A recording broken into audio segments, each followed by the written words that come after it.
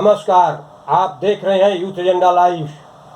आज दिनांक 14 अक्टूबर को बिहार राज्य आंगनबाड़ी कर्मचारी यूनियन सीतामढ़ी के कार्यक्रम के दौरान पत्रकारों के प्रश्नों का उत्तर दे रहे हैं इंटक आंगनबाड़ी कर्मचारी यूनियन के राज्य जनरल सेक्रेटरी कुमार बिंदेश्वर।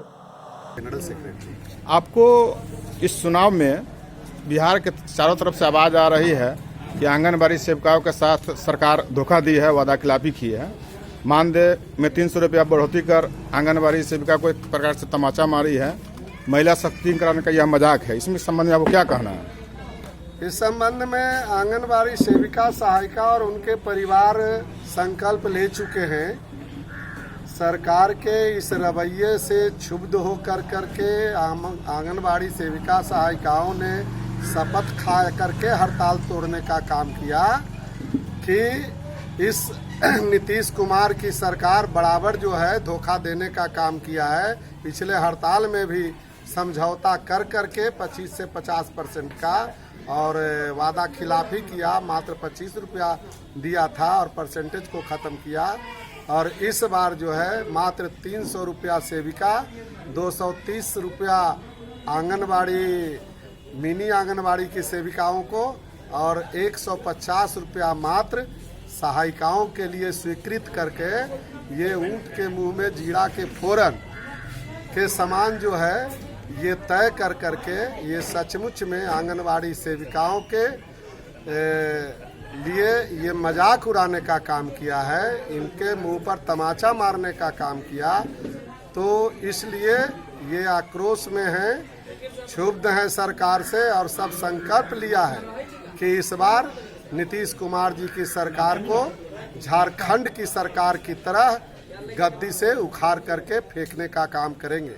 और इस संदर्भ में पूरे राज्य में सेविका, सहायिका, Asha worker, mid day meal worker और जितने भी संविदा कर्मी हैं, जितने भी अनुबंध पर काम करने वाले हैं, ये तमाम लोगों का एक व्यापक संगठन बना है। इसमें शिक्षक संघ के लोग हैं, चौकीदार दफादार संघ के लोग हैं। ये सारे संगठन के लोग इस बार संकल्पित है कि हर हालत में नीतीश कुमार जी की सरकार को गद्दी से उखाड़ करके ही दम लेंगे।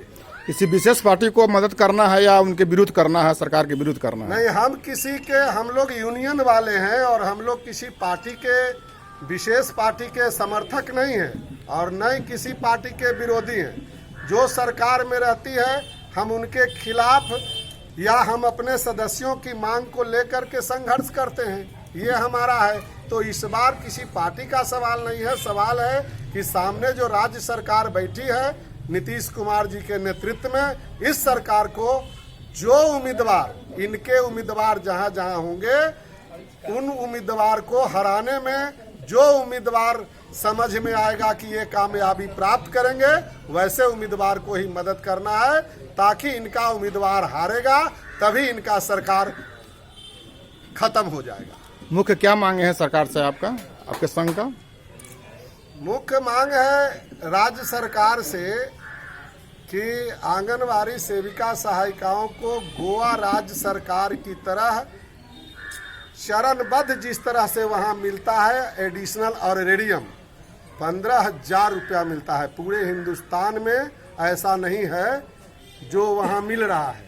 और तेलंगाना में, महाराष्ट्र में, हरियाणा में, पंजाब में, कई राज्यों में अतिरिक्त मानदेय मिलता है। बिहार सरकार तो कुछ नहीं देती। ये 25 साल के बाद 2015 में देना शुरुआत भी किया तो 25%, क्या होता है 25%, तो यही मिल रहा है। इसलिए टोटल अतिरिक्त मानदेय मिला करके, एक तो केंद्र सरकार भी इतना दिनों में 45 साल में 4500 रुपया तक बढ़ी है।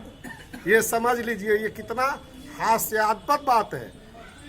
हिंदुस्तान में, बिहार में मनरेगा में काम करने वाले मजदूरों को इससे अधिक मजदूरी मिलती है। खेत में काम करने वाले खेत मजदूरों को इससे अधिक मजदूरी मिलती है। फुटपाथ पर जो मजदूर काम करते हैं, बालू ढोने का काम, ईंटा ढोने का काम, रेजा मजदूर का काम, वो 1,500 रुपया रोज कमा के जाते हैं। लेकिन आंगनबाड़ी सेविका को खेत मजदूरों को मिलने वाले न्यूनतम मजदूरी के समान भी मानदेय राशि नहीं दिया जाता। ये भारत के संविधान का, सुप्रीम कोर्ट के डायरेक्शन का और मानव अधिकार का खुल्लम खुल्ला उल्लंघन है। ठीक, बहुत बहुत धन्यवाद।